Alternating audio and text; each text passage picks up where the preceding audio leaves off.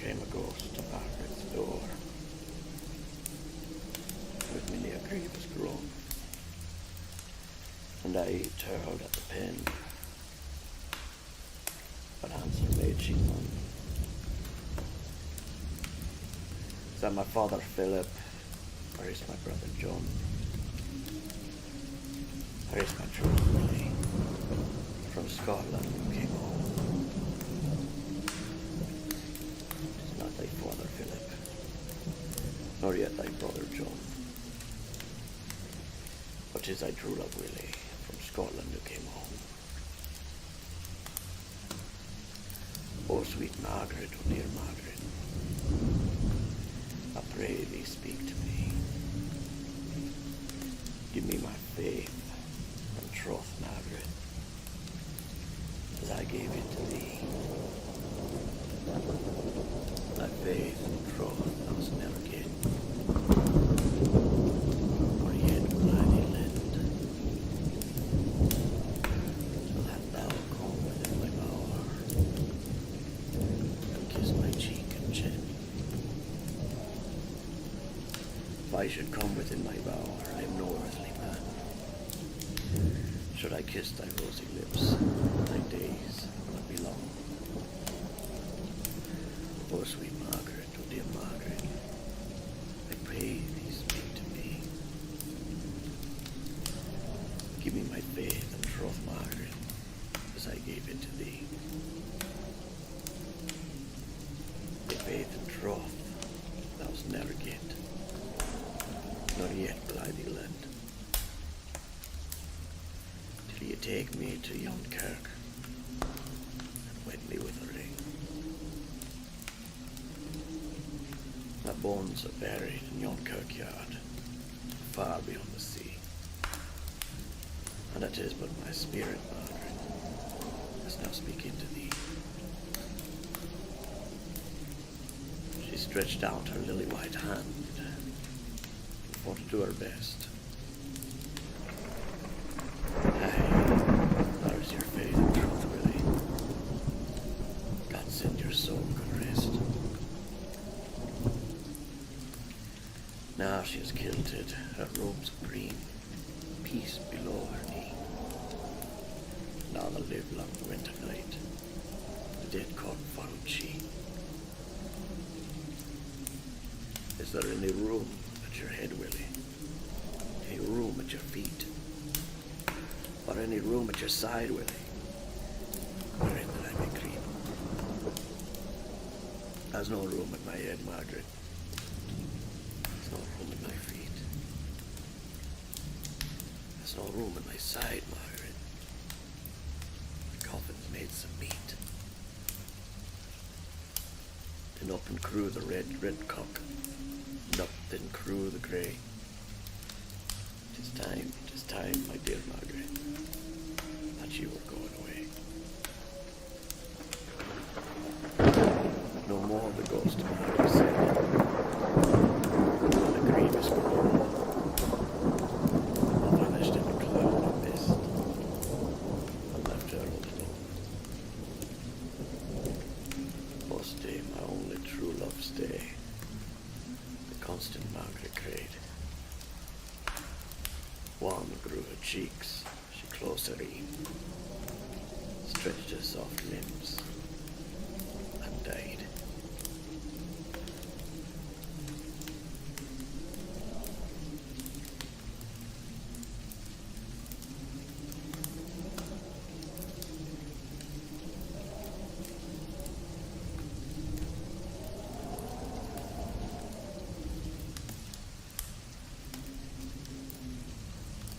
For there be divers sorts of death, some wherein the body remaineth, and in some it vanisheth quite away with the spirit. This commonly occurreth only in solitude, such as God's will. And on seeing the end, we say the man is lost, gone on a long journey, which indeed he had. But sometimes it hath happened in sight of many, as abundant testimony shows.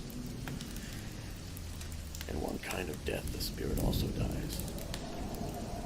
This it has been known to do, while yet the body was in vigor for many years. Sometimes, as is veritably attested, it dies within the body, but after a season it is raised up again in that place where the body did decay. Pondering these words of Halley, God rest, questioning their full meaning, as one who, having intimation, yet doubts if there be something behind, other than that which he has discerned, I noted not whether I had strayed until a sudden chill wind striking my face revived in me a sense of my surroundings. I observed with astonishment that everything seemed unfamiliar. On every side of me stretched a bleak and desolate expanse of plain, covered with a tall overgrowth of sere grass, which rustled and whistled in the autumn wind, with heaven knows what mysterious and disquieting suggestion. Protruded at long intervals above it stood strangely shaped and somber-colored rocks, which seemed to have an understanding with one another and to exchange looks of uncomfortable significance, as if they had reared their heads to watch the issue of some foreseen event. A few blasted trees here and there appeared as leaders in this malevolent conspiracy of silent expectation. The day, I thought, must be far advanced, though the sun was invisible, and although sensible that the air was raw and chill, my consciousness of that fact was rather mental than physical. I had no feeling or discomfort. Over all the dismal landscape, a canopy of low, lead-colored clouds hung like a visible curse. In all this, there were a menace and a portent, a hint of evil, an intimation of doom. Bird, beast, insect, there was none. The wind sighed in the bare branches of the dead trees, and the gray grass bent to whisper its dread secret to the earth. But no other sound nor motion broke the awful repose of that dismal place.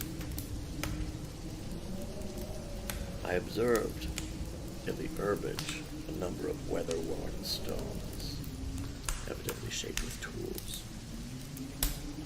They were broken, covered with moss and half sunken in the earth. Some lay prostrate, some leaned at various angles, none was vertical. They were obviously headstones of graves, though the graves themselves no longer existed as either mounds or depressions. The years had leveled all. Scattered here and there, more massive blocks showed where some pompous tomb or ambitious monument had once flung its feeble defiance at oblivion. So old seemed these relics, these vestiges of vanity and memorials of affection and piety, so battered, worn, and stained, so neglected, deserted, forgotten place, that I could not help thinking myself the discoverer of the burial ground of a prehistoric race of men whose very name was long extinct. Filled with these reflections, I was for some time heedless of the sequence of my own experiences. But soon I thought, how came I here? A moment's reflection seemed to make this all clear, and explain at the same time, though in a disquieting way, the singular character with which my fancy had invested all that I saw or heard. I was ill. I remembered now that I had been prostrated by a sudden fever, and my family had told me that in my periods of delirium I had constantly cried out for liberty and air, and had been held in bed to prevent my escape out of doors. Now I had eluded the vigilance of my attendants, and had wandered hither to where? I could not conjecture. Clearly I was at a considerable distance from the city where I dwelt. The ancient, famous city of Carcosa. No signs of human life were anywhere visible nor audible. No rising smoke. No watchdogs bark. No lowing of cattle or shouts of children in play. Nothing but that dismal burial place, with its air of mystery and dread, due to my own disordered brain. Was I not becoming again delirious, and there beyond human aid? Was it not indeed all an illusion of my madness? I called aloud the names of my wives and sons, reached out my hands in search of theirs, even as I walked among the crumbling stones and in the withered grass. A noise behind me caused me to turn about. A wild animal, a lynx, was approaching. The thought came to me, if I break down here in the desert, if the fever return and I fail, this beast will be at my throat. I sprang toward it, shouting. It trotted tranquilly by, within a hand's breadth of me, and disappeared behind a rock. A moment later, a man's head appeared to rise out of the ground a short distance away. He was ascending a farther slope of a low hill, whose crest was hardly to be distinguished from the general level. His whole figure soon became into view against the background of gray cloud. He was half naked, half clad in skins. His hair was unkempt, his beard long and ragged. In one hand he carried a bow and arrow, the other held a blazing torch with a long trail of black smoke. He walked slowly and with caution, as if he feared falling into some open grave concealed by the tall grass. This strange apparition surprised but did not alarm, and taking such a course as to intercept him, I met him almost face to face, accosting him with the familiar salutation, "God keep you." He gave no heed, nor did he rest his pace. "Good stranger," I continued, "I am ill and lost. Direct me, I beseech you, to Carcosa." The man broke into a barbarous chant in an unknown tongue, passing on and away. An owl on the branch of a decayed tree hooted dismally and was answered by another in the distance. Looking upward, I saw through a sudden rift in the clouds Aldebaran and the Hyades. In all this there was a hint of night. The lynx, the man with the torch, the owl. Yet I saw even the stars in absence of the darkness. I saw, but was apparently not seen nor heard. Under what awful spell did I exist?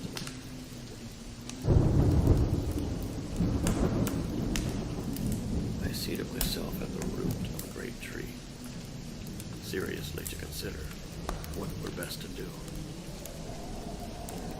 That I was mad I could no longer doubt, yet recognized a ground of doubt in the conviction.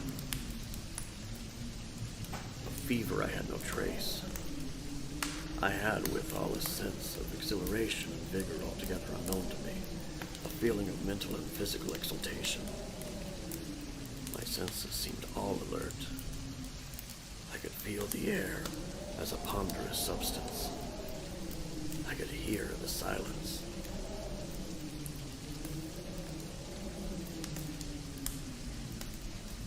A great root of the giant tree against whose trunk I leaned as I sat held enclosed in his grasp a slab of stone, part of which protruded into a recess formed by another root.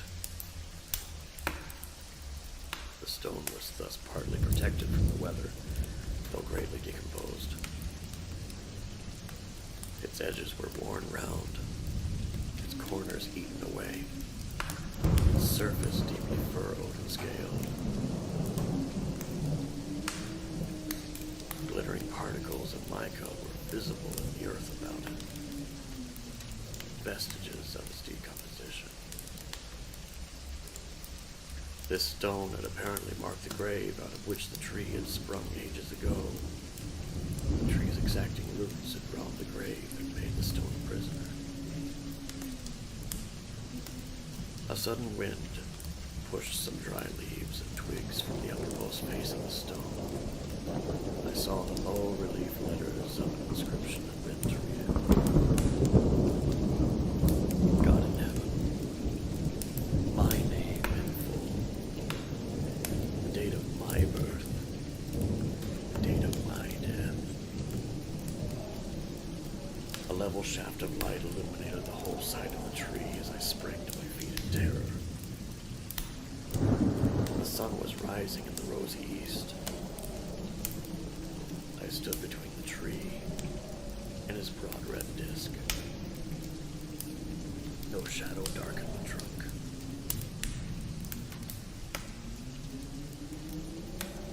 A chorus of howling wolves saluted the dawn. I saw them sitting on their haunches, singly and in groups, on the summits of irregular mounds and tongue alive, filling a half of my desert prospect, extending to the horizon. And then I knew these were the ruins of the ancient, famous city, Carcosa. Such are the facts imparted to the medium by rolls, by the spirit Jose Balar Robardi.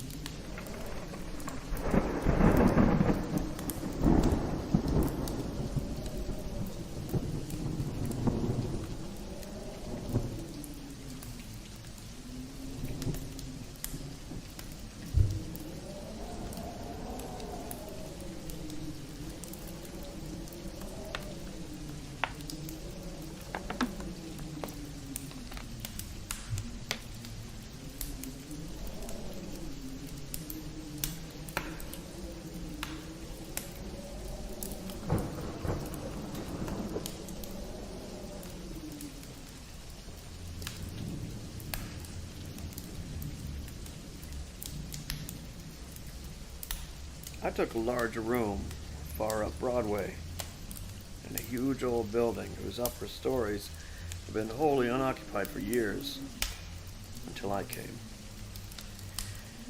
The place had long been given up to dust and cobwebs, to solitude and silence. I seemed groping among the tombs and invading the privacy of the dead the first night I climbed up to the first. First time in my life, a superstitious dread came over me, and as I turned a dark angle of the stairway, an invisible cobweb swung its lazy woof in my face and clung there. I shuddered as one who had encountered a phantom. I was glad enough when I reached my room and locked out the mold and darkness. A cheery fire was burning in the grate. I sat down before it with a comforting sense of relief. 2 hours I sat there, thinking of bygone times, recalling old scenes, summoning half-forgotten faces out of the mists of the past, listening in fancy to voices that long ago grew silent for all time, and to once familiar songs that nobody sings now. And as my reverie softened down to a sadder and sadder pathos, the shrieking of the winds outside softened to a wail. The angry beating of the rain against the panes diminished to a tranquil patter. And one by one, the noises in the street subsided, till the hurrying footsteps of the last belated straggler died away in the distance and left no sound behind. The fire had burned low. A sense of loneliness crept over me. I rose and undressed, moving on tiptoe about the room, doing stealthily what I had to do, as if I were environed by sleeping enemies whose slumbers it would be fatal to break. I covered up in bed and lay listening to the rain and wind and the faint creaking of distant shutters till they lulled me to sleep. I slept profoundly, but how long I do not know. All at once I found myself awake and filled with a shuddering expectancy. All was still. All but my own heart. I could hear it beat. Presently the bedclothes began to slip away slowly toward the foot of the bed, as if someone were pulling them. I could not stir. I could not speak. Still the blanket slipped deliberately away until my breast was uncovered. Then with a great effort I seized them and drew them over my head. I waited, listened, waited. Once more that steady pull began. Once more I lay torpid, a century of dragging seconds, till my breast was naked again. At last I roused my energies and snatched the covers back to their place, and held them with a strong grip. I waited. By and by I felt a faint tug. I took a fresh grip. The tug strengthened to a steady strain. It grew stronger and stronger. My hold parted, and for the third time the blanket slid away. I groaned. An answering groan came from the foot of the bed. Beaded drops of sweat stood upon my forehead. I was more dead than alive. Presently I heard a heavy footstep in my room. The step of an elephant, it seemed to me. It was not like anything human. But it was moving from me. There was relief in that. I heard it approach the door, pass out without moving bolt or lock, and then wander away among the dismal corridors, straining the floors, joists, till they creaked again as it passed. And then silence reigned once more.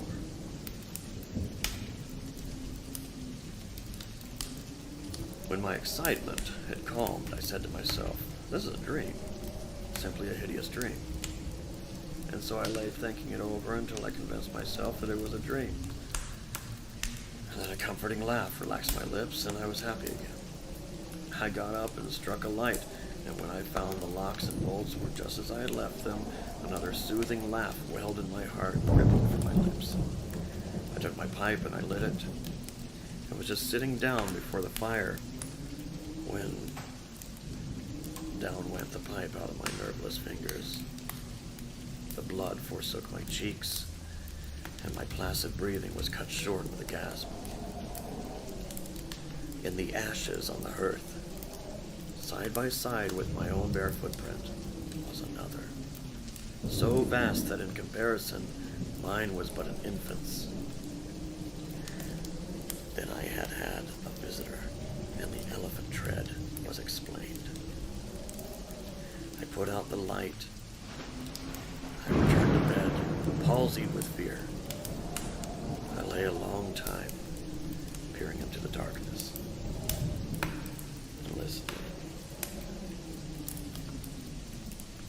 Then I heard a grating noise overhead, like the dragging of a heavy body across the floor.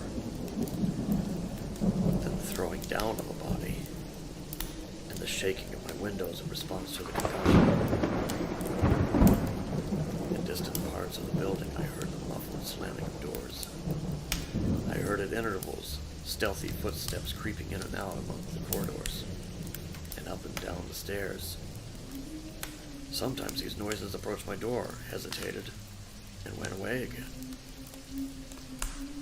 I heard the clanking of chains faintly in remote passages, and listened while the clanking grew nearer, while it wearily climbed the stairways, marking each move by the loose surplus of chain that fell with an accented rattle Upon each succeeding step, as the goblin that bore it advanced, I heard muttered sentences,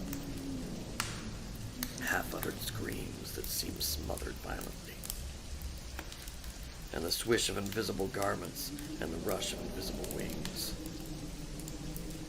Then I became conscious that my chamber was invaded, that I was not alone. I heard sighs and breathings about my bed, and mysterious whisperings. 3 little spheres of phosphorescent light appeared on the ceiling directly over my head, clung and glowed there a moment, and dropped. 2 of them upon my face and 1 upon the pillow. They spattered liquidly and felt warm. Intuition told me that they had turned to gouts of blood as they fell. I needed no light to satisfy myself with that. Then I saw pallid faces, dimly luminous and white, uplifted hands, floating bodiless in the air, floating a moment and then disappearing. The whispering ceased, and the voices and the sounds and a solemn stillness followed. I waited and listened. I felt that I must have light or die. I was weak with fear. I slowly raised myself toward a sitting posture, and my face came in contact with a clammy hand. All strength went from me, apparently, and I fell back like a stricken invalid. Then I heard the rustle of a garment. It seemed to pass to the door and go out. When everything was still once more, I crept out of bed, sick and feeble, and lit the gas with a hand that trembled as if it were aged with 100 years. The light brought some little cheer to my spirits. I sat down and fell into a dreamy contemplation of that great footprint in the ashes. By and by, its outlines began to waver and grow dim. I glanced up, and the broad gas flame was slowly wilting away. In the same moment, I heard that elephantine tread again. I noted its approach, nearer, nearer, along the musty halls, and dimmer the light waned. The tread reached my very door and paused. The light had dwindled to a sickly blue, and all things about me were in a spectral twilight. The door did not open, yet I felt a faint gust of air fan my cheek. Presently was conscious of a huge, cloudy presence before me. I watched it with fascinated eyes. A pale glow stole over the thing. Gradually, its cloudy folds took shape. An arm appeared, then legs, then a body. At last a great sad face looked out of the vapor. Stripped of its filmy housings, naked, muscular, and comely, the majestic, Cardiff giant loomed above me. All my misery vanished, for a child might know that no harm could come with that benign countenance. My cheerful spirits returned at once, and in sympathy with them, the gas turned up brightly again. Never a lone outcast was so glad to welcome company as I was to greet the friendly giant. I said, "Why, is it nobody but you? Do you know? I have been scared to death for the last 2 or 3 hours. I'm most honestly glad to see you. I wish I had a chair. Here, don't try to sit down in that thing." But it was too late. He was in before I could stop him. Down he went. I never saw a chair shivered so in my life. Stop, you'll ruin Too late again. There was another crash, and another chair was resolved into its original elements. Confound it, haven't you got any judgment at all? Do you want to ruin all the furniture in the place? Here, you petrified fool, but it was no use. Before I could arrest him, he had sat down on the bed, and it was a melancholy ruin. Now, what sort of a way is that to do? First you come lumbering about the place, bringing a legion of vagabond goblins along with you to worry me to death. And then, when I overlook an indelicacy of costume, which would not be tolerated anywhere by cultivated people except in a respectable theater, and not even there if the nudity were of your sex, you repay me by wrecking all the furniture you can find to sit down on. And why will you? You damage yourself as much as you do to me. You have broken off the end of your spinal column and littered up the floor with chips of your hands till the place looks like a marble yard. You ought to be ashamed of yourself. You're big enough to know better. Well, I will not break any more furniture. But what am I to do? Excuse me. I need a drink.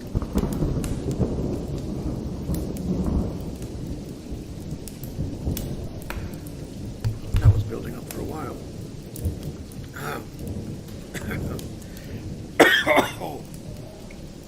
I have not, he said. Goodness, had a chance to sit down for a century. And the tears came into his eyes. Ah, poor devil, I said. I should not have been so harsh with you. And you're an orphan, too, no doubt. But sit down on the floor here. Nothing else can stand your weight. And besides, I cannot be sociable with you away up there above me. I want you down where I can perch on this high counting house stool and gossip with you face to face. So, he sat down on the floor and lit a pipe which I gave him, threw one of my red blankets over his shoulders, inverted my sitz bath on his head, helmet fashion, and made himself picturesque and comfortable. But then he crossed his ankles while I renewed the fire and exposed the flat, honeycomb bottoms of his prodigious feet to the grateful warmth. What is the matter with the bottom of your feet and the back of your legs that they're gouged up so? Infernal chilblains. I caught them clear up to the back of my head, roosting out there under Newell's farm. But I love the place. I love it as one loves his own home. There is no peace for me like the peace I feel when I am there. We talked along for half an hour, and then I noticed that he looked tired, and I spoke of it. Tired? He said. Well, I should think so. And now I will tell you all about it, since you have treated me so well. I am the spirit of the petrified man that lies across the street there in the museum. That voice.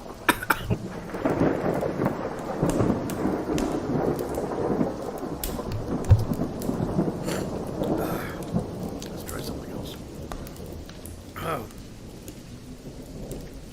I am the spirit of the petrified man that lies across the street there in the museum. I am the ghost of the Cardiff giant. I can have no rest, no peace, till they have given that poor body burial again. Now, what was the most natural thing for me to do to make men satisfy this wish? Terrify them into it? Haunt the place where the body lay? So I haunted the museum night after night. I got the other spirits to help me, but it did no good, for nobody ever came to the museum at midnight. Then it occurred to me to come over the way and hunt this place a little. I felt that if I ever got a hearing, I must succeed, for I had the most efficient company that tradition could ever furnish. Night after night, we had shivered around through these mildewed halls, dragging chains, groaning, whispering, tramping up and down stairs, till to tell you the truth, I'm almost worn out. I'm almost worn out. But when I saw a light in your room tonight, I roused my energies again and went at it with a deal of the old freshness. But I'm tired out, entirely fagged out. Give me, I beseech you, give me some hope. I lit off my perch in a burst of excitement and exclaimed, this transcends everything. Everything that ever did occur. Why, you poor blundering old fossil. You've had all your trouble for nothing. You've been haunting a plaster cast of yourself. The real Cardiff giant is in Albany. Confound it, don't you know your own remains? I never saw such an eloquent look of shame, of pitiable humiliation overspread a countenance before. The petrified man rose slowly to his feet and said, honestly, is that true? As true as I'm sitting here. He took the pipe from his mouth and laid it on the mantel, then stood irresolute a moment, unconsciously from old habit, thrusting his hands where his pantaloon pockets should have been, and meditatively dropping his chin on his breast, and finally said, well, I never felt so absurd before. The petrified man has sold everything else, and now the mean fraud has ended up by selling his own ghost. My son, if there's any charity left in your heart for a poor friendless phantom like me, don't let this get out. Think how you'd feel if you made such an ass out of yourself. I heard a stately tramp die away, step by step down the stairs and out into the deserted street. I felt sorry that he'd gone. Poor fellow. And sorrier still that he had carried off my red blanket and my bathtub.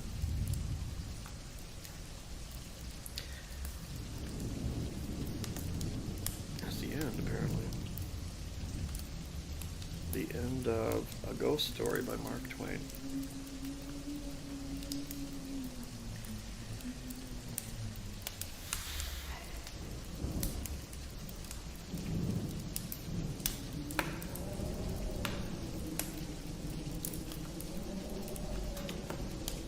I don't know how long these are. Oh, I think 2. The one before that was An Inhabitant of Carcosa by Ambrose Bierce. And I don't think I've ever read anything by Ambrose Bierce before, but I liked that one. That was really good. I might get some more of his. I do like Mark James, but I don't think there's any in this of his.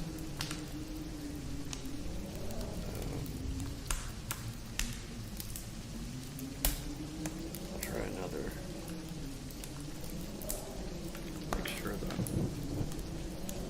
not going to break the bow can. I apologize for breaking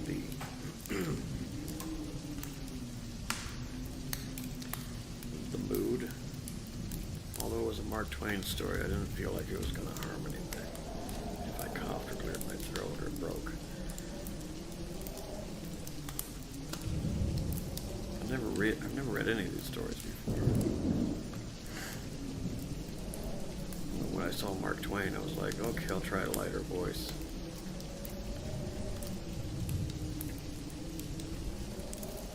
I do like the Ambrose Bierce, though.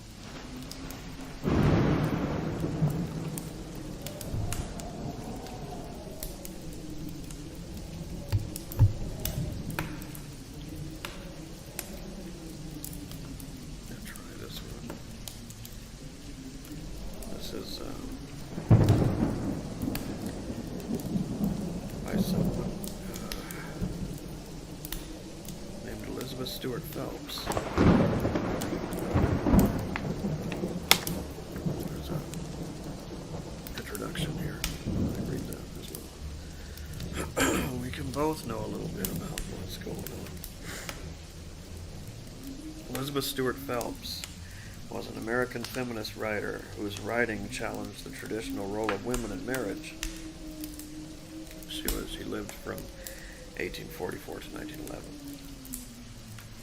the author of 57 volumes of fiction, poetry, and essays. She argued vehemently that women had a proper place outside the home and should be free to pursue careers as doctors, ministers, artists, and the like. Like Arthur Conan Doyle, a generation later, Phelps espoused non-traditional spiritualist views of the afterlife. These were very popular in reaction to more than 400,000 deaths caused by the American Civil War, just as Conan Doyle's spiritualist causes were embraced by those affected by the millions of deaths during World War I. Phelps wrote 3 novels considering the afterlife, including The Gates of the Jar, and the following story, which first appeared in Scribner's Monthly, February 1873.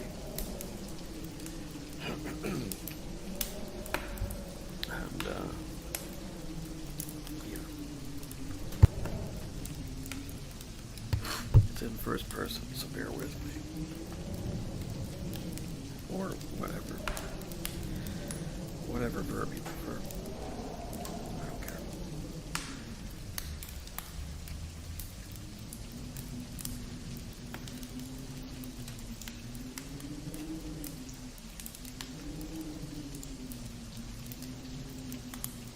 How very still, you said. If the shadow of an eyelash stirred upon your cheek, if that gray line about your mouth should snap its tension at this quivering end, if the pallor of your profile warmed a little, if that tiny muscle on your forehead, just at the left eyebrow's curve, should start and twitch, if you would but grow a trifle restless, sitting there beneath my steady gaze, if you moved a finger of your folded hands, if you should turn and look behind your chair or lift your face, half lingering and half longing, half loving and half loth, to ponder on the annoyed and thwarted cry which the wind is making, where I stand between it and yourself, against the half-closed window. Ah, there. You sigh and stir, I think. You lift your head. The little muscle is a captive still. The line about your mouth is tense and hard. The deepening hollow in your cheek has no warmer tint, I see, than the great Doric column which the moonlight builds against the wall. I lean against it. I hold out my arms. You lift your head and look at me in the eye. If a shudder crept across your figure, if your arms laid out upon the table, leaped but once above your head, if you named my name, if you held your breath with terror, or sobbed aloud for love, or sprang, or cried, but you only lift your head and look me in the eye. If I dared step near or nearer, if it were permitted that I should cross the current of your loving breath, of your living breath, if it were willed that I should feel the leap of human blood within your veins, if I should touch your hands, your cheeks, your lips, if I dropped an arm as lightly as a snowflake round your shoulder, a fear which no heart has fathomed, a fate which no fancy has faced, the riddle which no soul has read, steps between your substance, my soul. I drop my arms. I sink into the heart of the pillared light. I will not wonder what would happen if my outlines defined upon it to your view. I will not think of that which could be, would be, if I struck across your still-set vision face to face. Ah, me, how still she sits. With what a fixed and curious stare she looks me in the eye.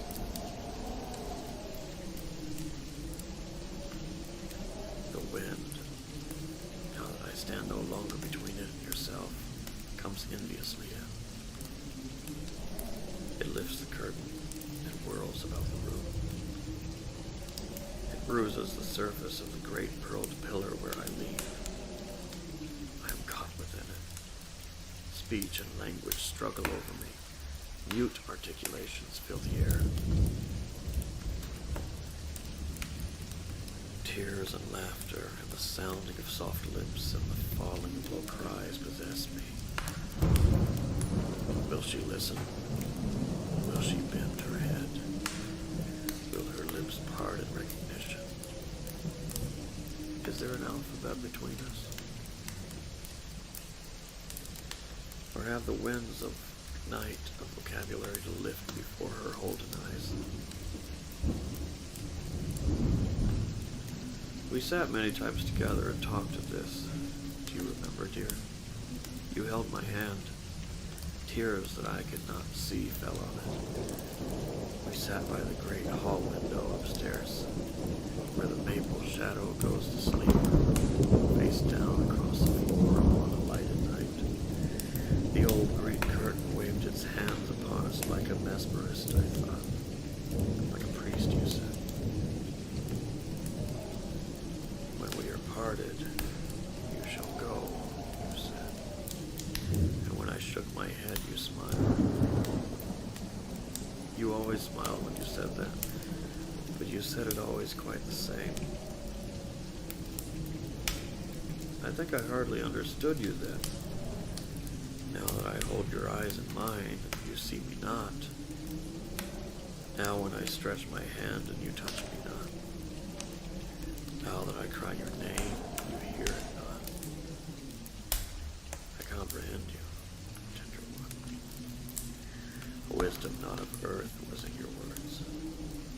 To live is dying. I will die. To die is life, and you shall live. Now when the fever turned, I thought of this. That must have been. I missed the conception of that for which how long stands index. Yet I perfectly remember that I perfectly understood it to be at 3 o'clock on a rainy Sunday morning that I died. Your little watch stood in its case of olive wood upon the table, and drops were on the window. I noticed both, though you did not know it. I see the watch now in your pocket. I cannot tell if the hands move or only pulsate like a heart throb to and fro. They stand and point, mute golden fingers, paralyzed and bleeding, forever at the hour of 3. At this I wonder. When first you said, I was sinking fast, the words sounded as old and familiar as a nursery tale. I heard you in the hall. The doctor had just left, and you went to Mother and took her face in your 2 arms and laid your hand across her mouth as if it were she who had spoken. She cried out and threw up her thin old hands, but you stood as still as eternity. Then I thought again, it is she who dies. I shall live. So often and so anxiously we have talked of this thing called death, that now that it is all over between us, I cannot understand why we found in it such a source of distress. It bewilders me. I'm often bewildered here. Things and the fancies of things possess a relation which as yet is new and strange to me. Here is a mystery. Now, in truth, it seems a simple matter for me to tell you how it has been with me since your lips last touched me, and your arms held me to the vanishing air. Oh, drawn pale lips, dropping arms. I told you I would come. Did ever promise fail? I spoke to you. Come and show me death, you said. I have come to show you death. I could show you the fairest sight, sweetest that ever blessed your eyes. My look. Is it not fair? Am I terrible? Did you shrink or shiver? Would you turn from me or hide your strained, expectant face? Would she? Does she? Will she? Ah, how the room widened. I can tell you that. It grew great and luminous day by day. At night the walls throbbed. Lights of rose ran round them, and blue fire, and a tracery as of the shadows of the leaves. As the walls expanded, the air fled, but I tried to tell you how little pain I knew or feared.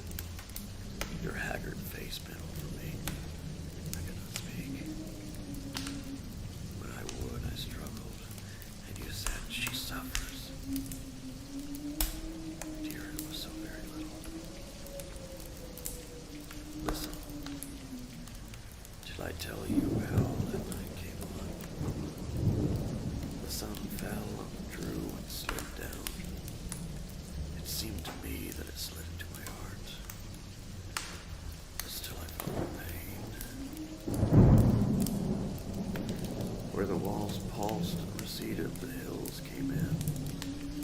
Where the old bureau stood above the glass, I saw a single mountain with a face of fire and purple hair. I tried to tell you this, but you said, she wanders. I laughed in my heart at that, for it was such a blessed wandering. As the night locked the sun below the mountain's solemn watching face, the gates of space were lifted up before me. The everlasting doors of matter swung for me upon their rusty hinges, and the King of Glories entered in and out. All the kingdoms of the earth and the power of them beckoned to me across the mist of failing senses made, ruins and roses and the brows of Jura, and the singing of the Rhine, a shaft of red light on the Sphinx's smile, and caravans and sandstorms, and an icy wind at sea, and gold a dream in mines that no man knew, and mothers sitting at their doors in valleys singing babes to sleep, and women in dank cellars selling souls for bread, and the whir of wheels in giant factories, and a single prayer somewhere in the din of death. I could not find it, though I searched. The smoke of battle, and broken music, and a sense of lilies alone, beside a stream at the rising of the sun, and at last, your face, all alone. I discovered then that the walls and roof of the room had vanished quite. The night wind blew in. The maple in the yard almost brushed my cheek. Stars were about me, and I thought the rain had stopped, yet seemed to hear it up on the seaming of a window which I could not find. One thing only hung between me and immensity. It was your single, awful, haggard face. I looked my last into your eyes, stronger than death. They held and claimed my soul. I feebly raised my hand to find your own. More cruel than brave, your wild grasp chained me, and I struggled, and you cried out, your face slipped, and I stood free. I stood upon the floor beside the bed. That which had been, I lay there at rest, but terrible before me. You hid your face, and I saw you slide upon your knees. I laid my hand upon your head. You did not stir. I spoke to you. Dear, look around a minute. But you knelt quite still. I walked to and fro about the room, and meeting my mother, touched her on the elbow. She only said, "She's gone," and sobbed aloud. "I have not gone," I cried. But she sat sobbing on. The walls of the room had settled now, and the ceiling stood in its solid place. The window was shut, the door stood open. Suddenly I was restless, and I ran. I brushed you in hurrying by, and hit the little light stand where the tumbler stood.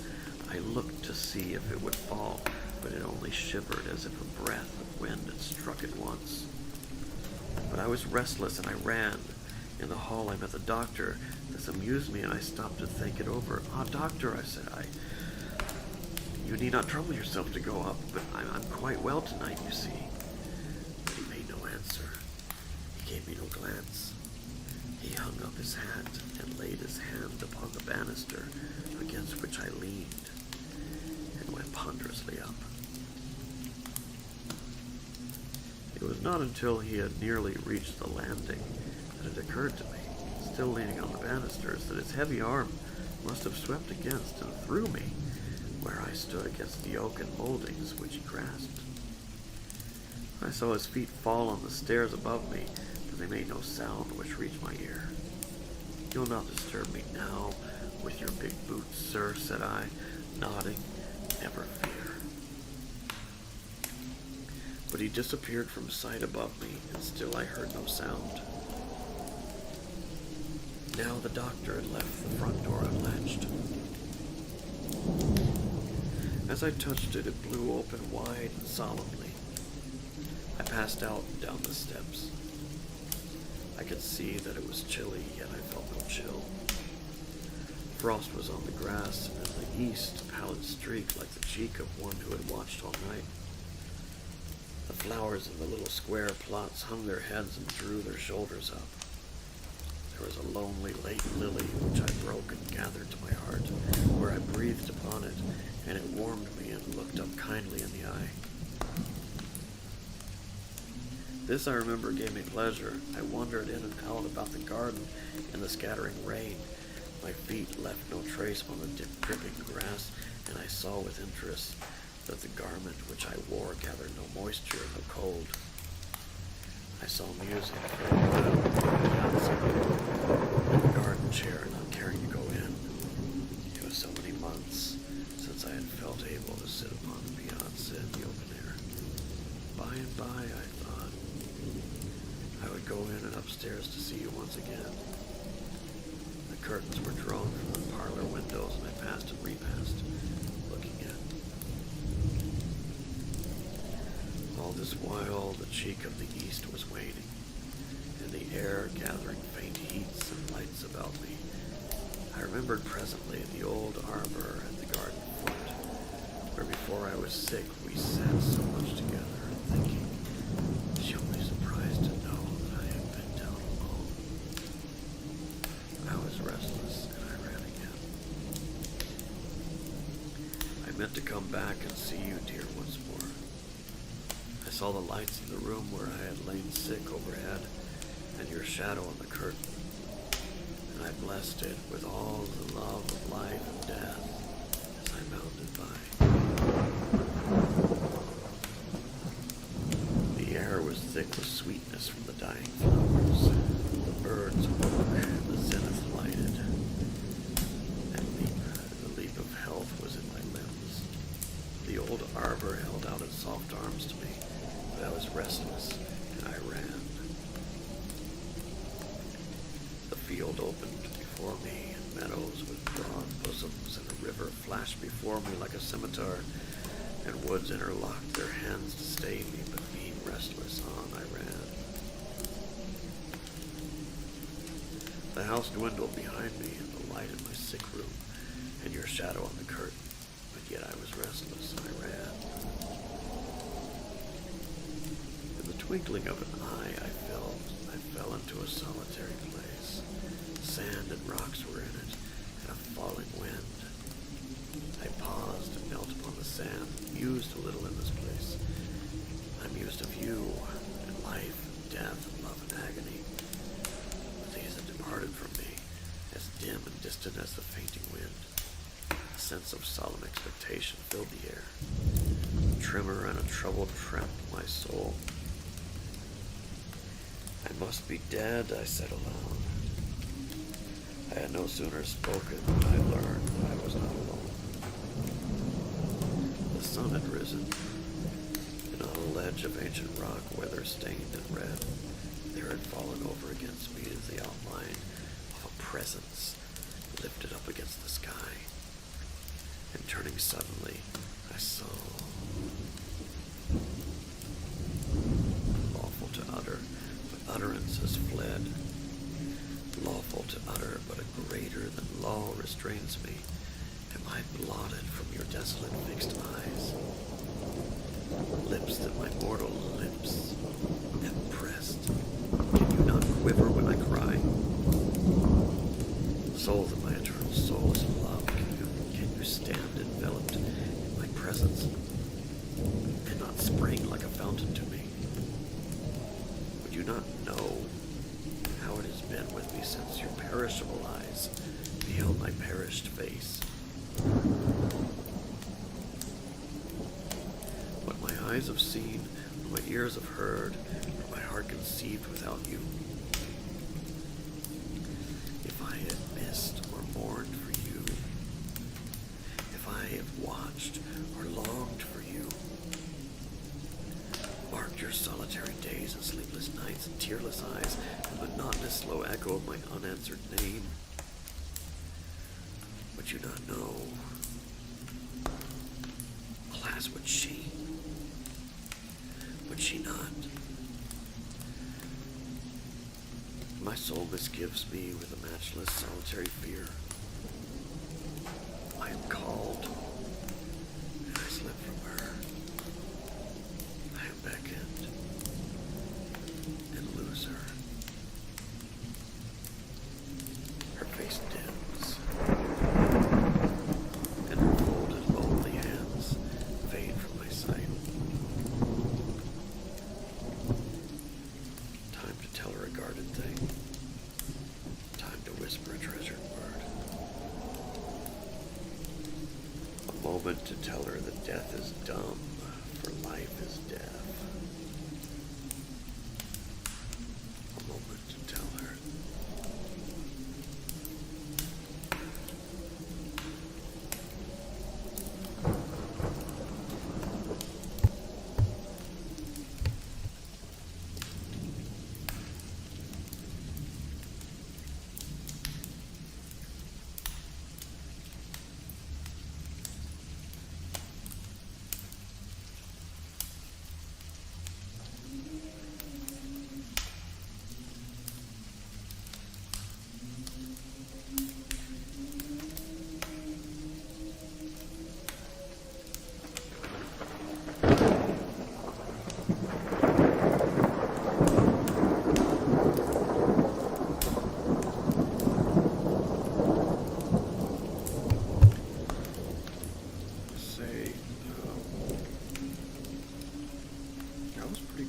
That was Elizabeth Stewart Phelps, Since I Died.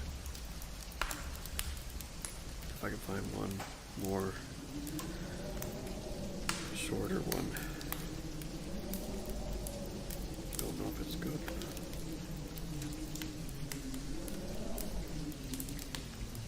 Okay. This one looks to be in cantos. Nosferatu's popping up a lot for me. The Bowman by Arthur Machen. Machen, M-A-C-H-E-N. The Welshman, Arthur Machen, 1863 to 1947, was an influential writer and mystic.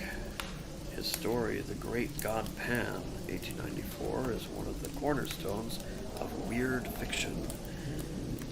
And the white people is a frequently and a anthologized story of a young girl exploring witchcraft. The white people. H.P. Lovecraft wrote of him in 1927, of living creators of cosmic fear raised to its most artistic pitch. Few, if any, can hope to equal the versatile Arthur Machen. I believe he said the same thing about Hitler. The following, based on actual news reports, first appeared in the London Evening News, September 29th, 1914. I'll read the white people.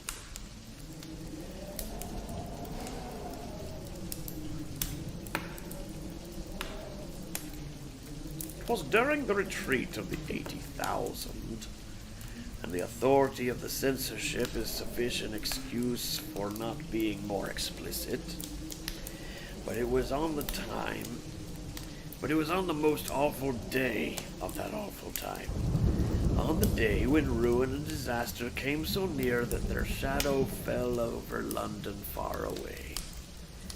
And without any certain news, the hearts of men failed within them and grew faint, as if the agony of the army in the battlefield had entered into their souls. On this dreadful day, then, when 300,000 men in arms, with all their artillery, swelled like a flood against a little English company, there was one point above all other points in our battle line that was for a time in awful danger, not merely of defeat, but of utter annihilation. With the permission of the censorship and of the military expert, this corner may perhaps be described as a salient, and if this angle were crushed and broken, then the English force as a whole would be shattered. The Allied left would be turned, and Sedan would inevitably follow. All the morning the German guns had thundered and shrieked against this corner, and against the 1,000 or so of men who held it. The men joked at the shells, and found funny names for them, and had bets about them, and greeted them with scraps of music hall songs. But the shells came on and burst, and tore good Englishmen limb from limb, and tore brother from brother, and as the heat of the day increased, so did the fury of that terrific cannonade. There was no help, it seemed. The English artillery was good, but there was not nearly enough of it. It was being steadily battered into scrap iron. There comes a moment in a storm at sea when people say to one another, "It is at its worst, it can blow no harder." And then there is a blast 10 times more fierce than any before it. So it was in these British trenches. There was no stouter hearts in the whole world than the hearts of these men, but even they were appalled at this 7 times heated hell of the German cannonade fell upon them and overwhelmed them and destroyed them.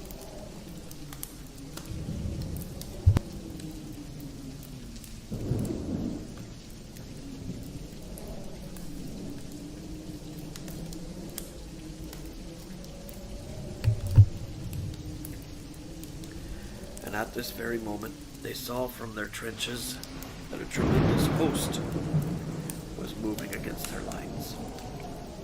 500 of the 1,000 remained, and as far as they could see, the German infantry was pressing on against them. Column upon column, a grey world of men, 10,000 of them, as it appeared afterwards. There was no hope at all. They shook hands, some of them. One man improvised a new version of the battle song, "Goodbye, Goodbye to Tipperary," ending with, "And we shan't get there." And they all went on firing steadily. The officer pointed out that such an opportunity for high-class fancy shooting might never occur again. The Tipperary humorist asked, "What price Sydney Street?" And the few machine guns did their best. But everybody knew it was of no use. The dead gray bodies lay in companies and battalions as others came on and on and on. And they swarmed and stirred and advanced from beyond and beyond.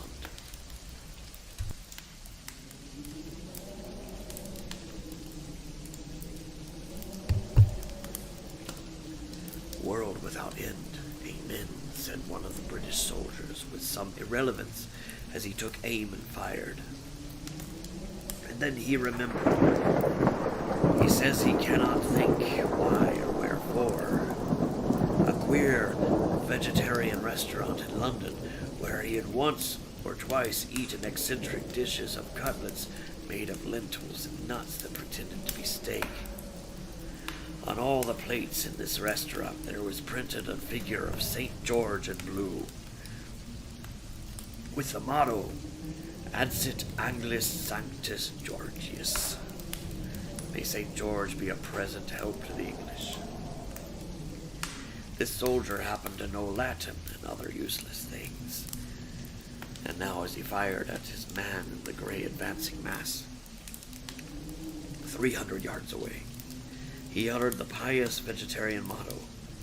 He went on firing to the end, and at last Bill on his right had to clout him cheerfully over the head to make him stop, pointing out as he did so that the king's ammunition cost money, and it was not lightly to be wasted in drilling funny patterns into dead Germans. For as the Latin scholar uttered his invocation, he felt something between a shudder and an electric shock pass through his body. The roar of the battle died down in his ears to a gentle murmur. Instead of it, he says, he heard a great voice and a shout louder than a thunder peal crying, "Array! Array! Array!" His heart grew hot as a burning coal. It grew cold as ice within him, as it seemed to him that a tumult of voices answered to his summons. He heard, or seemed to hear, thousands shouting, "St. George! St. George! Ha! Messire, ha! Sweet saint, grant us good deliverance. St. George for merry England. Harrow! Harrow! Monseigneur, St. George, succor us. Ha! St. George! Ha! St. George! A long bow and a strong bow. Heaven's knight, aid us. And as the soldier heard these voices, he saw before him, beyond the trench, a long line of shapes with a shining about them. They were like men who drew the bow, and with another shout, their cloud of arrows flew singing and tingling through the air towards the German hosts. The other men in the trench were firing all the while. They had no hope, but they aimed just as if they had been shooting at Bisley. Suddenly one of them lifted up his voice in the plainest English. "God help us!" He bellowed to the man next to him. "But we're blooming marvels! Look at us, Gray! Gentlemen, look at them! Do you see them? They're not going down in dozens or in hundreds. It's thousands. Look, look! There's a regiment going while I'm talking to you." "Shut it," the other soldier bellowed, taking aim. "What are you gassing about?" But he gulped with astonishment even as he spoke. For indeed, the grey men were falling by the thousands. The English could hear the guttural scream of the German soldiers, the crackle of their revolvers as they shot the reluctant. And still line after line crashed to the earth. All the while the Latin-bred soldier heard the cry, "Harrow! Harrow! Monseigneur's dear saint, quick to our aid! St. George help us! Hark, Chevalier! Defend us.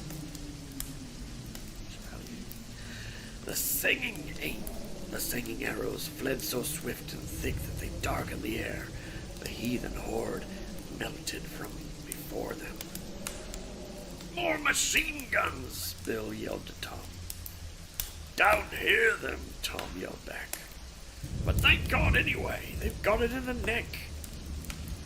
In fact, there were 10,000 dead German soldiers left before that salient of the English army. And consequently, there was no Sedan. In Germany, a country ruled by scientific principles, the great General Staff decided that the contemptible English must have employed shells containing an unknown gas of a poisonous nature, as no wounds were discernible on the bodies of the dead German soldiers. But the man who knew what nuts tasted like when they called themselves steak knew also that St. George had brought his Agincourt bowmen to help the English. Ah!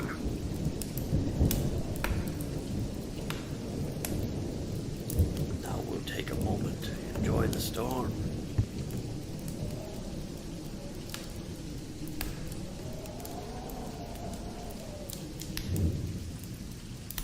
I'm going to get a bottle of water and perhaps a gulp of vodka.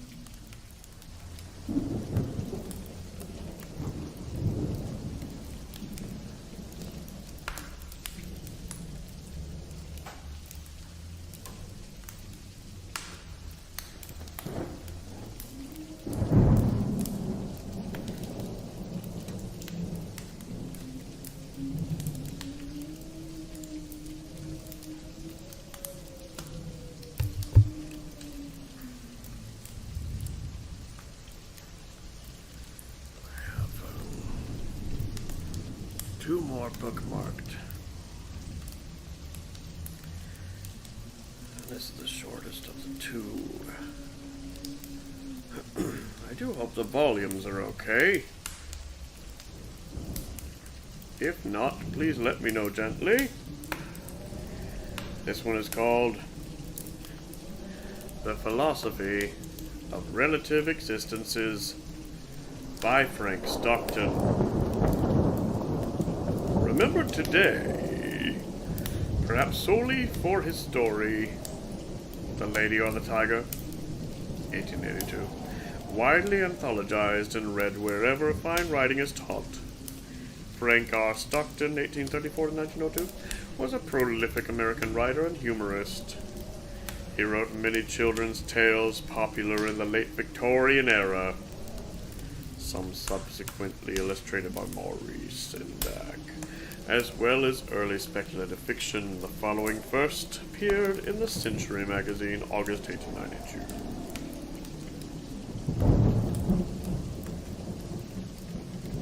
Too loud? Louder than it was, I think. Yes. Now let's take our drinky winks before we get going.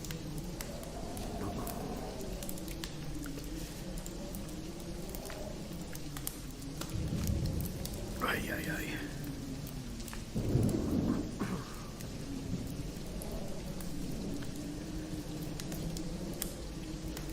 In a certain summer not long gone, my friend Bentley and I found ourselves in a little hamlet which overlooked a placid valley through which a river gently moved, winding its way through green stretches until it turned the end of a line of low hills and was lost to view.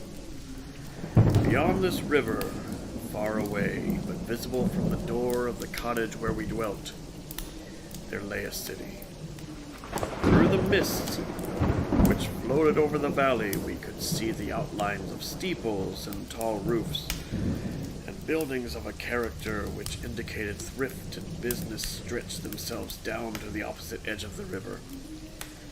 The more distant parts of the city, evidently a small one, lost themselves in the hazy summer atmosphere. Bentley was young, fair-haired, and a poet. I was a philosopher, or trying to be one. We were good friends, and had come down into this peaceful region to work. Although we had fled from the bustle and distractions of the town, the appearance in this rural region of a city, which, so far as we could observe, exerted no influence on the quiet character of the valley in which it lay, aroused our interest.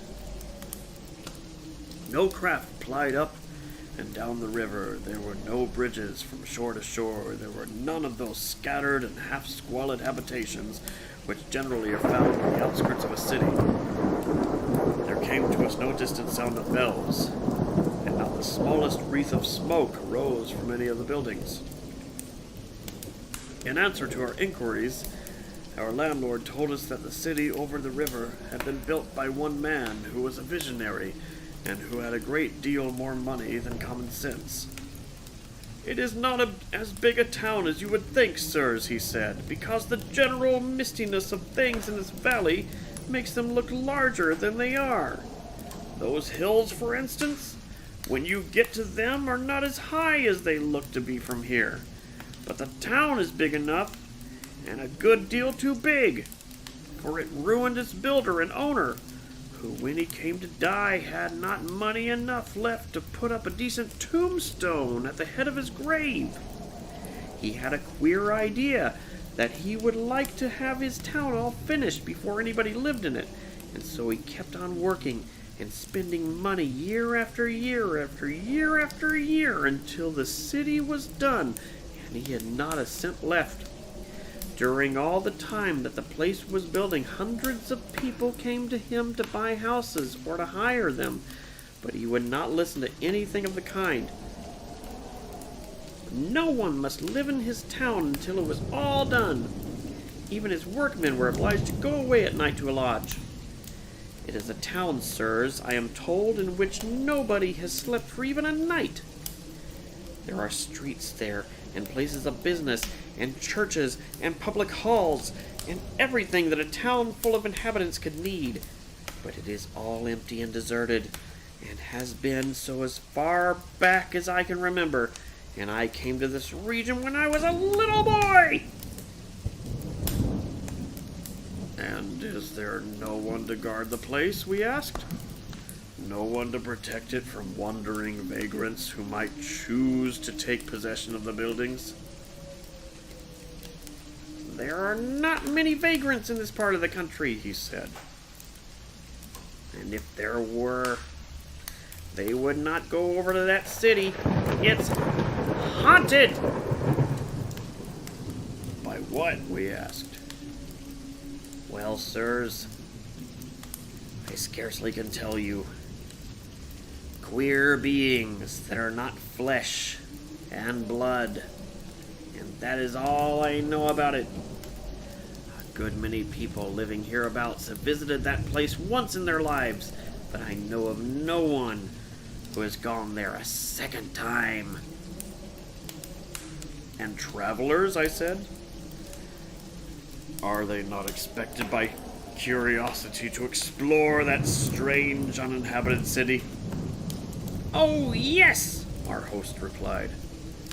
Almost all visitors to the valley go over to that queer city, generally in small parties, for it is not a place in which one wishes to walk about alone. Sometimes they see things, and sometimes they don't.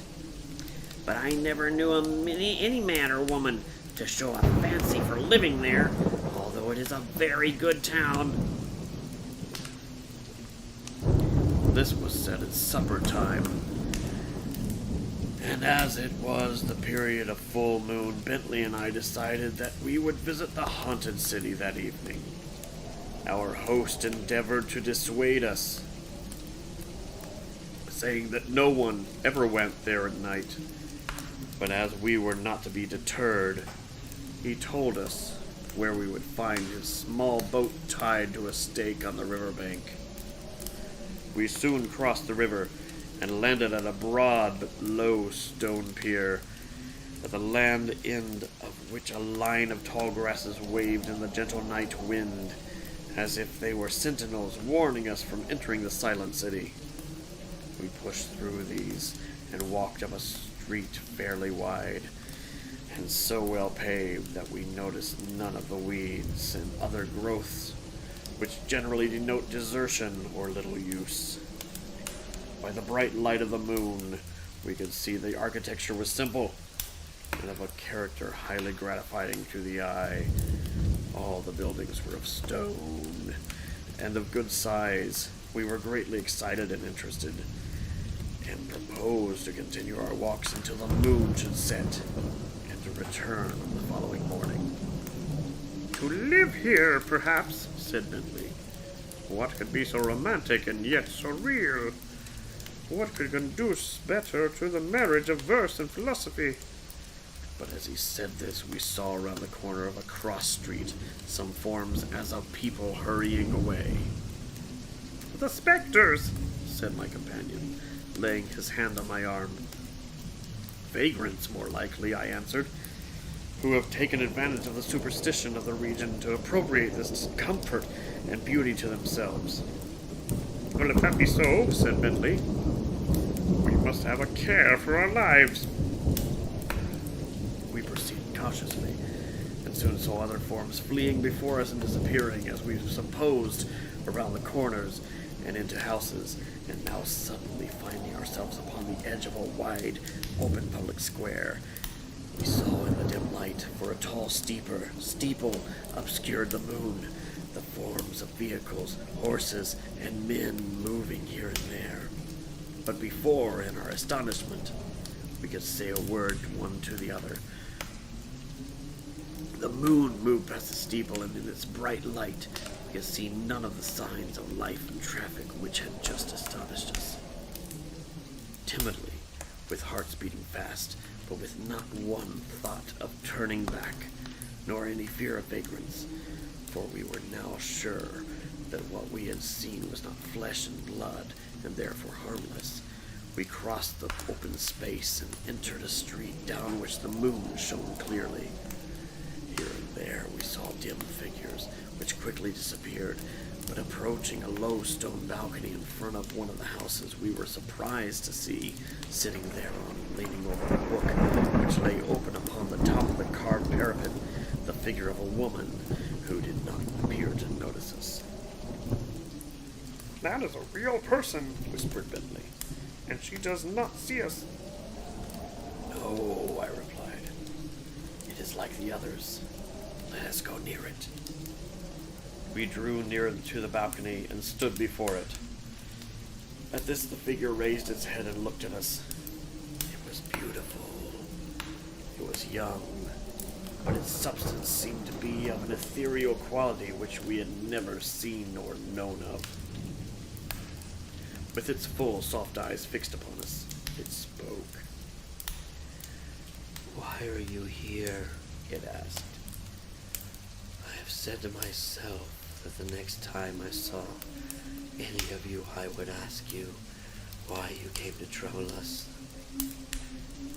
Cannot you live content in your own realms and spheres, knowing, as you must know, how timid we are, and how you frighten us and make us unhappy? In all this city there is, I believe, not one of us except myself who does not flee and hide from you.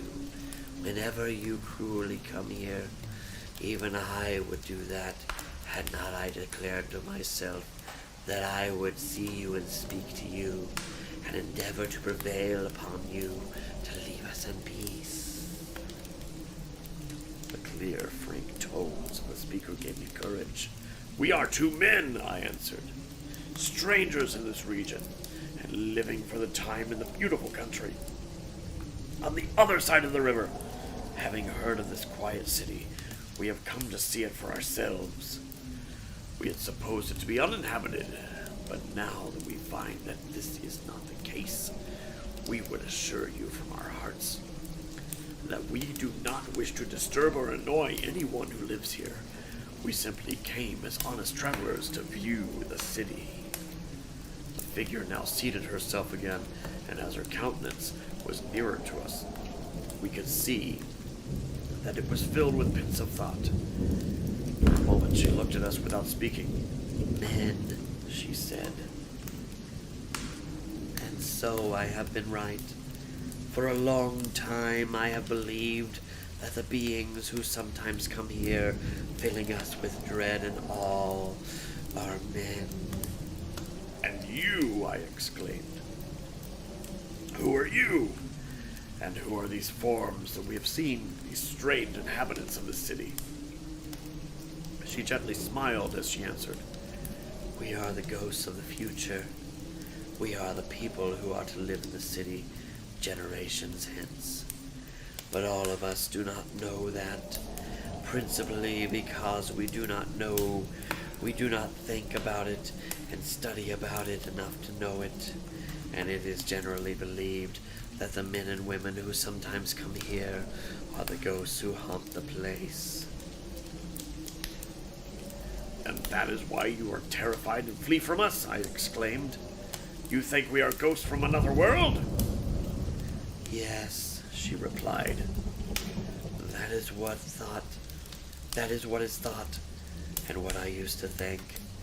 "And you," I asked, "are spirits of human beings yet to be?" "Yes," she answered, "but not for a long time.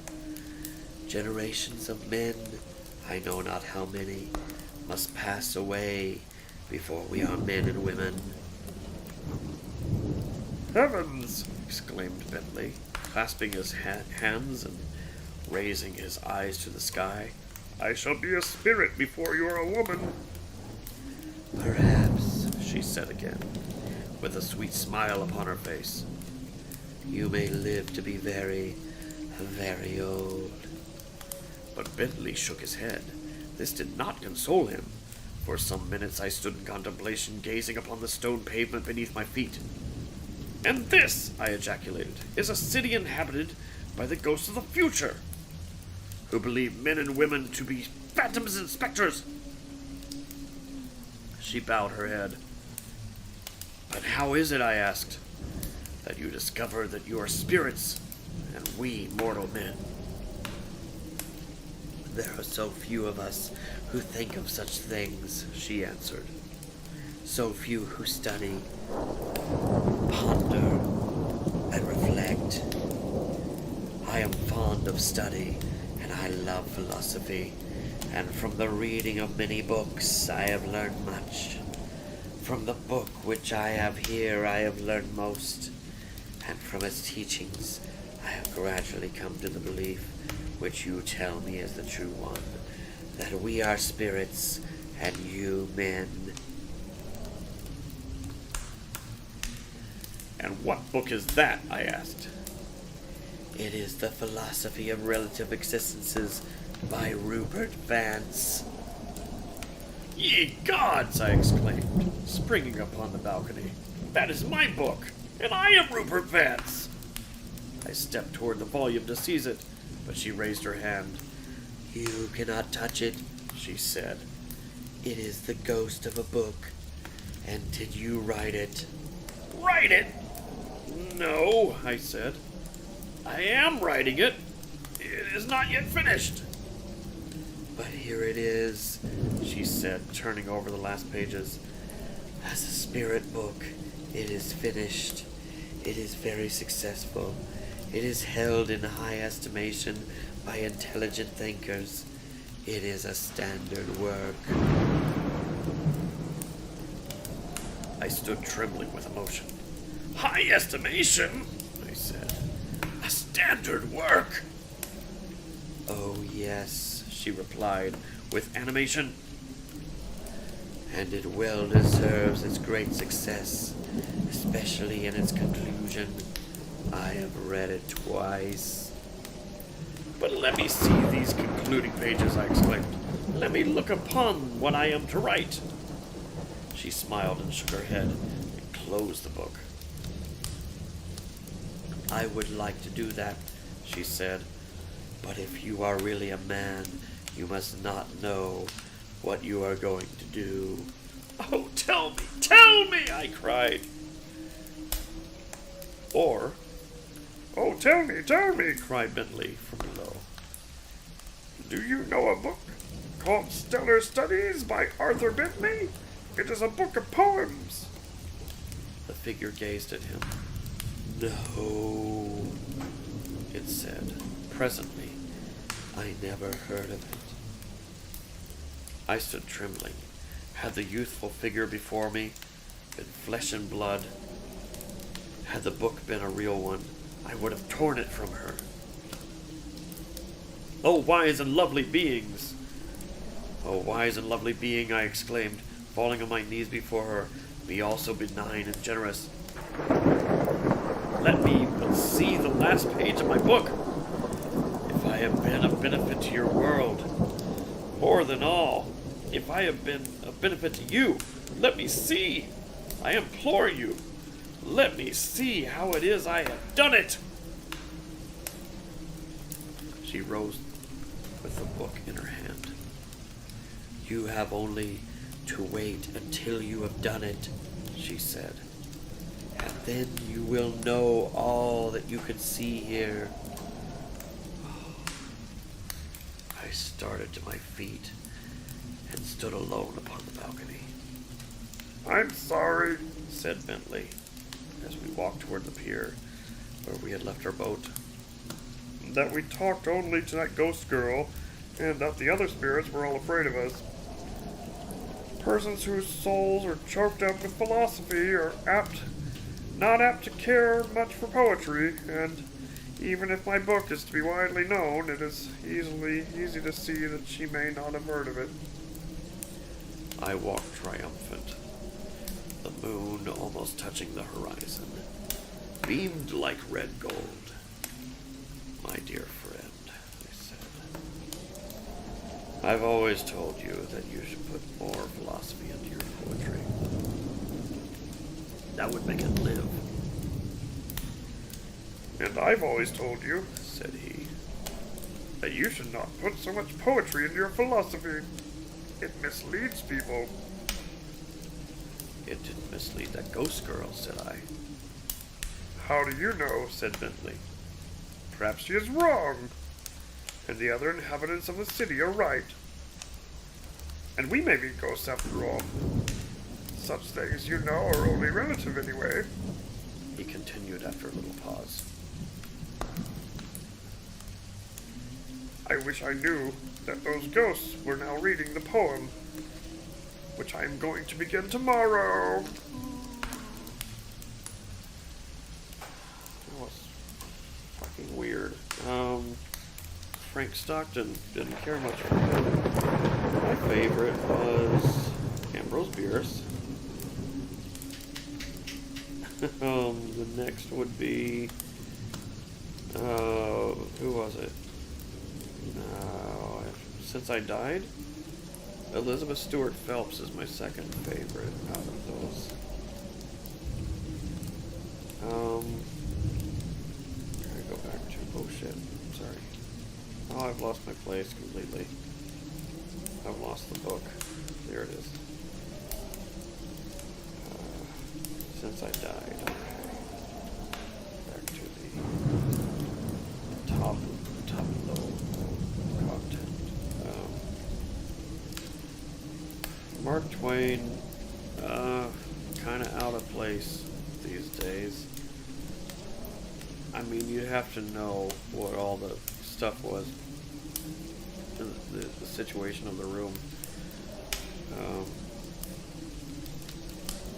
The last line was some joke about the ghost thing. A wash tub on his head or something. It didn't land right, and that last one was just weird. I'm glad I used weird voices because it was just written strangely. Was that the one that was H.P. Lovecraft? No, he said the thing about The Bowman by Arthur Machen, right? Yeah, that was the World War I stuff. What was it? I'm getting everything confused. 1914, so World War I. Yeah, of course, the German stuff. That was just strange. Didn't care much for it. Definitely Ambrose Bierce. So, gotta look him up. Read more of his stuff. What I read was An Inhabitant of Carcosa. So that was good. Frank Stockton, did not care for him.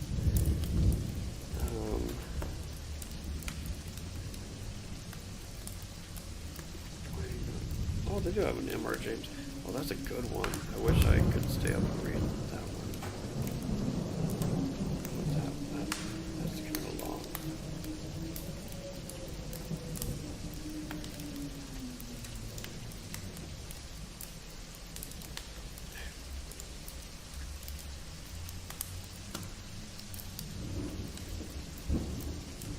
Counting pages. I'm up over 40, so I'm not going to read that one. Good one, though. I'd like to read it on my own. M.R. James is one of my favorites. Ambrose Bierce is one I gotta look up. So, that's all I've got for tonight. It's about 1:45 in the morning here, so check out so I can slow down. Wind down.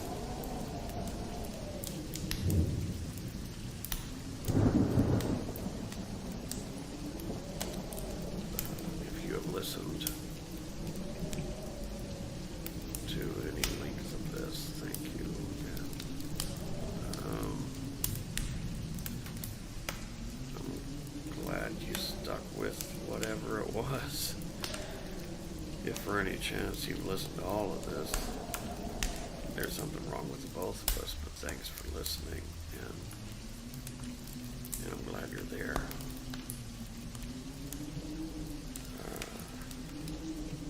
It can only make the production better to know that someone's there and they care,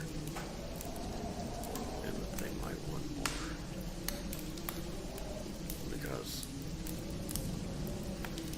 whenever I'm trying something like this, I have no idea.